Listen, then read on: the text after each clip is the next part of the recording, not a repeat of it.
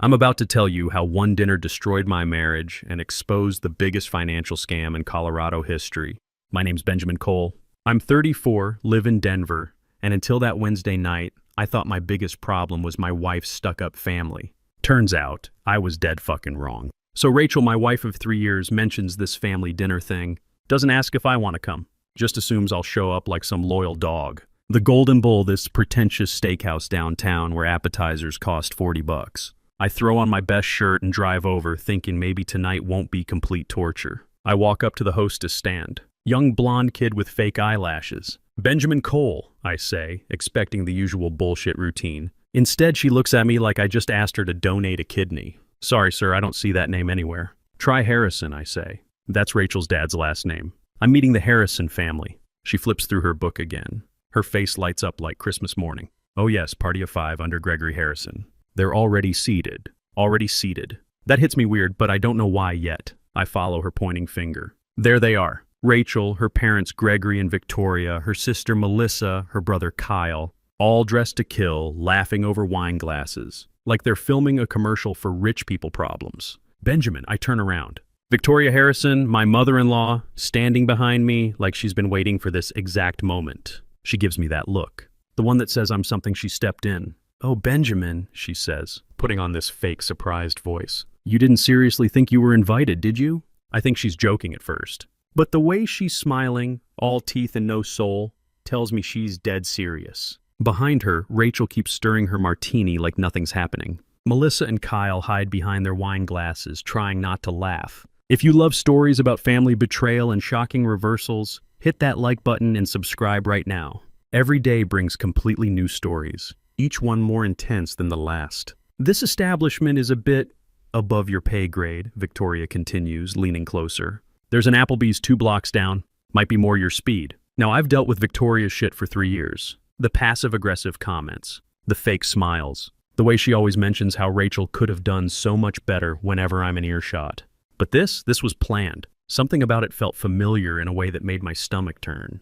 That's when I remembered something. A name, a connection they didn't know about. Actually, I say, straightening my jacket, could you ask Michael Romano to come out here? Victoria actually laughs, a sharp, cruel sound. Michael Romano? The owner? What are you going to do, complain about the service? Just tell him Benjamin Cole wants to say hello. He'll know exactly who I am. The hostess looks between us like she's watching a tennis match. Victoria crosses her arms. This is ridiculous. Is it? Because Mike and I go way back. Like back to when this place was just a dream and a business plan I helped him write. Her smile starts to crack around the edges. You're bluffing. Am I? The hostess returns a minute later, eyes wide. Mr. Romano is coming right out. I watch Victoria's face cycle through about 5 different emotions. Behind her, Rachel finally looks up from her drink. For the first time tonight, she's actually looking at me. The kitchen doors burst open. Out walks Michael Romano. Late 40s, built like he could bench press a truck. Salt and pepper hair slicked back. The second he sees me, his whole face explodes into a grin. Benjamin fucking Cole! He shouts, not giving a damn about the fancy atmosphere. Jesus Christ, where the hell have you been hiding? He walks over and grabs me in one of those bear hugs that could crack ribs. Mike, I say, grinning back. Good to see you, brother. Good to see me? Shit, you disappear for 18 months and that's all I get. He pulls back, still beaming. Last time I saw you, we were drowning in permit paperwork, fighting with the city about whether we could put the bar on the east or west wall. And I was right about the west wall, I say. Damn right you were. Bartender can see the whole dining room from there. Best fucking decision we made. He turns to the hostess. Whatever this man wants, he gets. Best table, top shelf liquor, the whole 9 yards. Victoria's standing there like someone just told her Santa Claus was arrested for tax evasion. Behind her, I can see Rachel staring at us, mouth slightly open. I won't have him standing out here like he doesn't belong, Mike continues. Not in my house. This man saved my ass more times than I can count. He claps me on the shoulder. Come on, let me show you the new wine cellar. Got some bottles that would make your head spin. And I want you to meet my sous chef. Kid's got talent, but needs someone to tell him how the real world works. We talk for another 10 minutes. Long enough for everyone at that table to hear phrases like couldn't have done it without him and this guy's basically family. Then Mike heads back to oversee the dinner rush, but not before telling the entire waitstaff to treat me like royalty.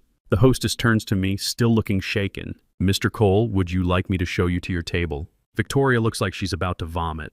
I shrug like I've got all the time in the world. Sure, let's go say hello to the family. Keep watching to see how Benjamin turns this situation completely upside down. I walk over to their table. The whole dynamic shifts instantly. Rachel scoots over to make room, not meeting my eyes. Melissa gives me this look that's half curiosity, half terror. Kyle just sits there like he's trying to figure out what the hell just happened. Victoria's the last one to sit down. She drops into her chair like someone cut her puppet strings. I sit down slowly. Put my napkin on my lap. For the first time in 3 years, I'm not just Rachel's husband. I'm the guy with the power, the one they underestimated. But here's the thing. As I'm sitting there watching them squirm, something's bothering me about this whole setup. The way Victoria was positioned by the entrance, how they were all dressed up and seated before I arrived. None of them seemed surprised when my name wasn't on the list.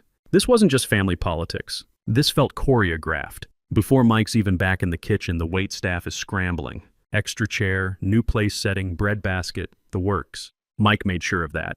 It's killing Victoria. I watch her wince every time someone calls me Mr. Cole.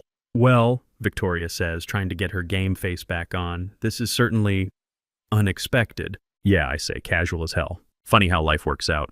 Melissa clears her throat. So, you and Michael really know each other that well? I helped him build this place from nothing, I say. When it was just an idea and a lease he couldn't afford. I ran the numbers, wrote the business plan, connected him with investors. Hell, I designed half the floor layout myself. Kyle blinks slowly. Wait, so you're actually in the restaurant business? Was. Still do consulting work sometimes? I'm the one who helped Mike navigate the liquor license maze for this place. That was a nightmare involving 4 different city departments and a lot of carefully placed phone calls. Victoria can't help herself. Well, consulting and actually running a business are completely different things. I turn to her and smile. You're absolutely right, which is why I charged him $120,000 for that consulting work. She freezes mid-sip. Rachel's wine glass clinks as she sets it down too hard. Plus all the connections I made for him, I add.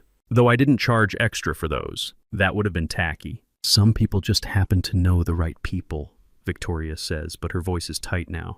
Oh, I didn't just happen to know them. I busted my ass for every single connection I have. Not everyone gets handed a contact list at birth. Her eyes narrow dangerously. Some of us understand the value of legacy and tradition. Sure do. But it helps when you know where that legacy gets its funding. Rachel actually flinches at that one. Melissa looks confused. What do you mean? I take a slow sip of water before answering. Victoria, remember when Kyle needed that emergency bailout? For his app startup? About 2 years ago? She goes rigid. That's not relevant to anything. Interesting, because I'm the one who wrote that check. The table goes dead silent. Melissa and Kyle both stare at their mother like she's grown a second head. He was 10 days away from bankruptcy, I continue. Couldn't make payroll, couldn't pay office rent. I stepped in quietly. No big announcements, no family meetings. Just handled it. That's...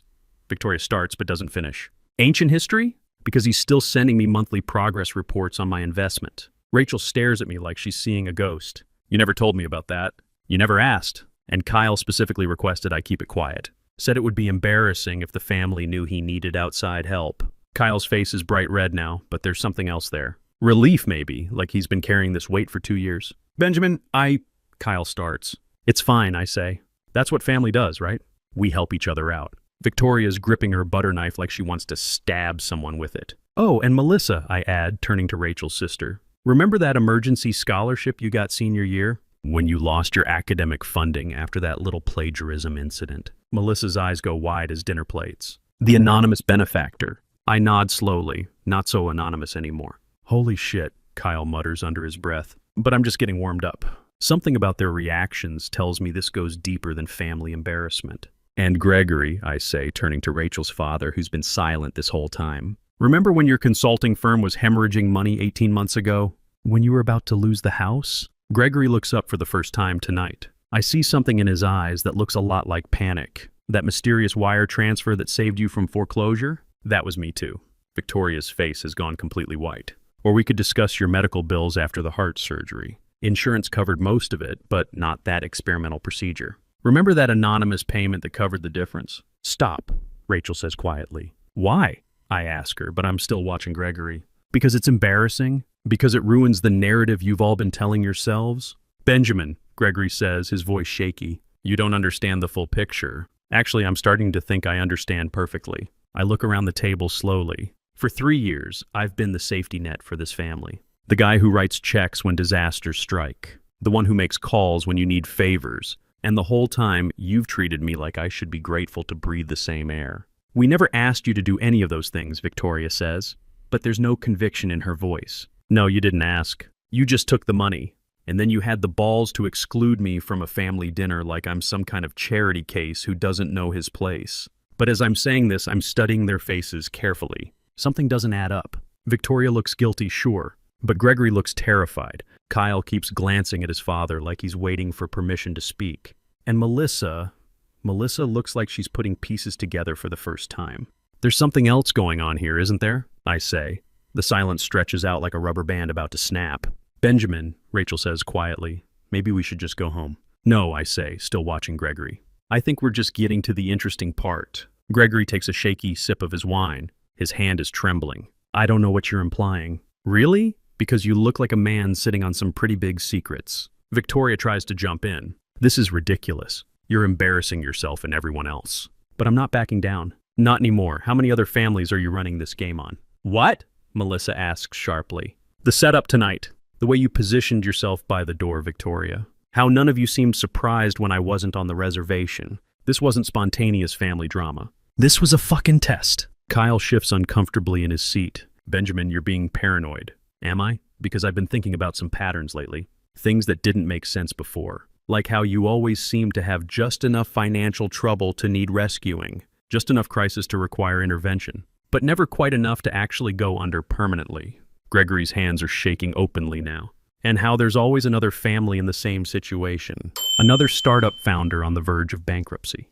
Another medical emergency that insurance won't quite cover. Another scholarship that needs anonymous funding. The realization hits me like a freight train to the chest. You're running some kind of scam, aren't you? The table erupts into chaos. Victoria's denying everything loudly. Rachel's trying to get me to stop talking. But Gregory? Gregory just puts his face in his hands. How many other guys like me are there? I ask over the noise. How many other husbands writing checks to save families that aren't really in trouble? Benjamin, stop, Rachel pleads, but her voice is shaking now too. That's why you never wanted me involved in the details. Why there was always another emergency right when the last one got resolved. You've been farming me like a fucking ATM. Kyle finally speaks up. It's not what you think it is. Really? Then enlighten me. He looks at his father, then back at me. There are others. But we're not just scamming random people. We're providing a service. What kind of service? Money laundering, Gregory says quietly, not looking up from his hands. The bottom drops out of my stomach. Jesus fucking Christ, I breathe. But Benjamin has no idea how deep this rabbit hole goes. It's not as bad as it sounds, Melissa says quickly. We only work with people who are already successful. Nobody actually gets hurt. Nobody gets hurt? I stand up, my chair scraping loudly against the floor. I've been unknowingly laundering money for 3 years. The restaurant investments, the startup funding, even the medical payments, Gregory explains, still not looking up. It all gets cleaned through legitimate businesses and charitable contributions. Your name stays completely clean. The money gets processed properly. Everyone benefits. Everyone except the guys like me who don't know they're part of your fucking operation. Victoria finally finds her voice again. You think we wanted this? You think we planned for our son-in-law to be so eager to help with everything? But you sure as hell took advantage of it once you realized what you had. I sit back down, trying to process this information. How big is this thing? 21 families across 5 states, Kyle says quietly. Mostly military personnel, some tech entrepreneurs. A few finance guys, all people with clean records and money to spare. And tonight was what? A test to see if I'd keep playing along even when you treat me like garbage. Rachel speaks up for the first time in several minutes. We needed to know if you'd walk away if things got complicated. Because if I walked away angry, I might start asking uncomfortable questions about where my money really went. Something like that, yeah. I lean back in my chair looking around the table at these people. My wife, her family. People I've been financially supporting for 3 years. They've been using me as an unwitting front for money laundering. Who else knows about this operation? About you specifically? Just the people at this table, Gregory says. About the larger network? More people than I'm comfortable with. How much money are we talking about here? Approximately $15 million a year gets processed through the entire network, Kyle says. Your contributions account for maybe 6% of that. So roughly $900,000 that I've unknowingly helped launder. Clean investments and charitable contributions, Victoria corrects. You've never done anything technically illegal. All your money went to legitimate causes. But it was part of a larger illegal operation. Technically speaking, yes. I sit there for a moment, letting it all sink in. Then I start laughing. Not because anything's funny, but because it's so completely absurd. You know what the really crazy part is? I say, I actually have to respect the hustle. It's brilliant. Use guys like me who have clean money and savior complexes. Let us think we're being noble and generous. Channel everything through legitimate businesses. Benjamin, Rachel starts. No, seriously, it's fucking genius. Except for one critical mistake. What's that? You got greedy. You could have kept this running for decades if you'd just treated me with basic human decency. But you had to push it. Had to see exactly how far you could go. I stand up again, pulling out my phone. Well, congratulations. You found the limit. What are you going to do? Gregory asks nervously. That depends entirely on you. What do you mean? I've been recording this entire conversation for the last 20 minutes. I show them the voice recorder app on my screen, and I'm going to walk out of here right now. You have exactly 24 hours to decide whether you want to wind this operation down quietly or whether you want me to hand this recording over to the FBI. The color drains from Victoria's face completely. You can't do that. Actually, I can. And I will. Unless every single family in your network gets contacted tomorrow, told that their benefactor is pulling out due to personal circumstances. Clean breaks, no questions, no drama. That'll destroy people's lives, Melissa protests. No, it won't, because unlike you people, I'm not going to leave anyone hanging. I'm going to make sure every legitimate investment gets properly honored. Every real debt gets paid in full. But this operation ends tomorrow. I look around the table one final time. Oh, and one more thing. My marriage to Rachel, that ends tonight too. Rachel's eyes fill with tears. Benjamin, please don't do this. No, I can forgive being used. I can even forgive being lied to for 3 years. But I cannot and will not forgive being turned into an unknowing criminal. I drop $400 cash on the table. This should cover dinner and drinks. Consider it the final contribution from the Benjamin Cole Relief Fund. And then I walk out. No shouting, no dramatic gestures, just the truth hanging in the air behind me like smoke. The drive home feels like the longest of my life. Every red light, every turn, I'm processing what just happened. My wife and her family have been using me as a front for money laundering for 3 years. And I never suspected a damn thing because I was too busy trying to be the perfect husband and son-in-law. Back at the house, I don't pack immediately. Instead, I sit in my home office and start making phone calls. First call goes to Detective Ryan O'Sullivan. Not the actor, my buddy from college who works financial crimes for the Denver FBI field office. We stayed tight over the years, grabbed beers every few months. Ryan, it's Benjamin. I need to talk to you about something. Completely unofficial. What's going on? Hypothetically speaking, if someone discovered they'd been unknowingly participating in a money laundering operation, what would be the smartest way to handle that situation? Long pause. Benjamin, what the hell have you gotten yourself mixed up in? I tell him everything. The dinner confrontation, the family dynamics, the revelation about the operation. When I finish, he's quiet for a long time. You said you recorded the whole conversation? Every word of it. And they have 24 hours to shut it down? That's what I told them. That was smart thinking. Gives us time to set up surveillance, track down the other families, maybe flip some of them into cooperating witnesses. So you're interested in pursuing this? Hell yes, we're interested. Financial crimes involving military families? That's exactly the kind of case that gets serious attention from Washington. What do I need to do? For now, act completely normal. Go home, don't let them know you've talked to law enforcement. We'll have agents positioned to monitor the family, see who they contact, how they try to clean this mess up. And what about my legal exposure? You're clean, Benjamin. Everything you did was legitimate and well documented. You're a victim here, not a perpetrator. After I hang up with Ryan, I call my attorney. Then I call my accountant. Then I start going through every financial document in the house, flagging anything that might be connected to the Harrison family network. It's almost 1 a.m. when Rachel gets home. She comes into the office and finds me surrounded by paperwork. Benjamin? I look up at her. She looks exhausted and defeated. How long have you known about the money laundering? I ask directly. She sits down across from me slowly. Since before we got married. That hits me like a physical blow. So our entire relationship? No, she says quickly. That part was completely real. I fell in love with you, Benjamin. That was never fake or calculated. But you were okay with using me anyway. I tried to talk them out of it multiple times. But when you started offering to help with Kyle's business problems, and then with Dad's medical expenses, it just seemed easier to let you think you were being generous. Easier than trusting me with the truth. Would you have stayed if you'd known from the beginning? I look at her for a long time. Maybe. if you'd trusted me enough to be completely honest. And now it doesn't matter anymore. I called the FBI tonight. Her face goes pale. Benjamin, no. It's done, Rachel. Ryan O'Sullivan, you remember him from college? He's financial crimes now. He has the recording. He has my official statement. By tomorrow morning, this whole thing is going to be under federal investigation. She starts crying.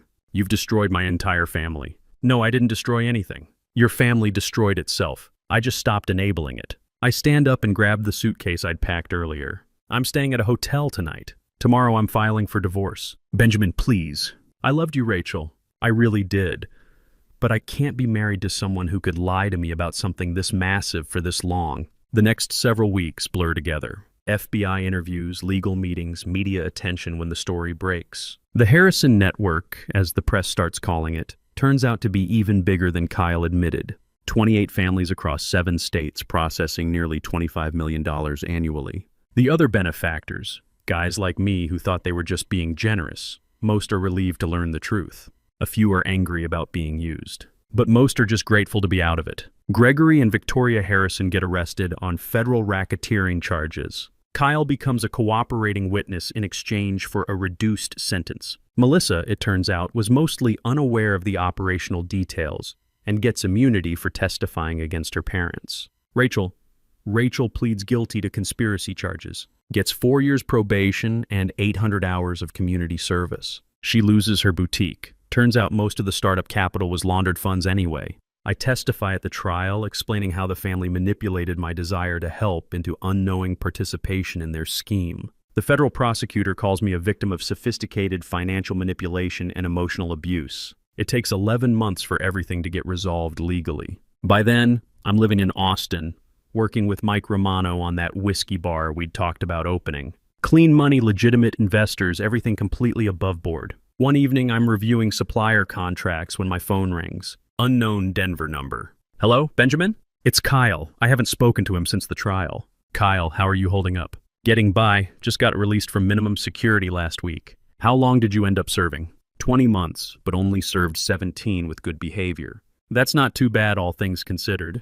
Listen, I called because I wanted to apologize for real this time. Not the bullshit I said in court for the cameras. I set down my pen. I'm listening. We fucked up completely, man. All of us. You were the best thing that ever happened to our family, and we treated you like a mark in some con game. Yeah, you did. Rachel, she's been asking about you, wondering if you'd ever consider talking to her again. How is she doing? Pretty rough. The whole thing destroyed her world. She's living with Melissa now, working at a coffee shop, trying to figure out how to rebuild her life from scratch. I think about that for a moment. Tell her I hope she figures it out. I really do. But we're finished, Kyle. That bridge isn't just burned.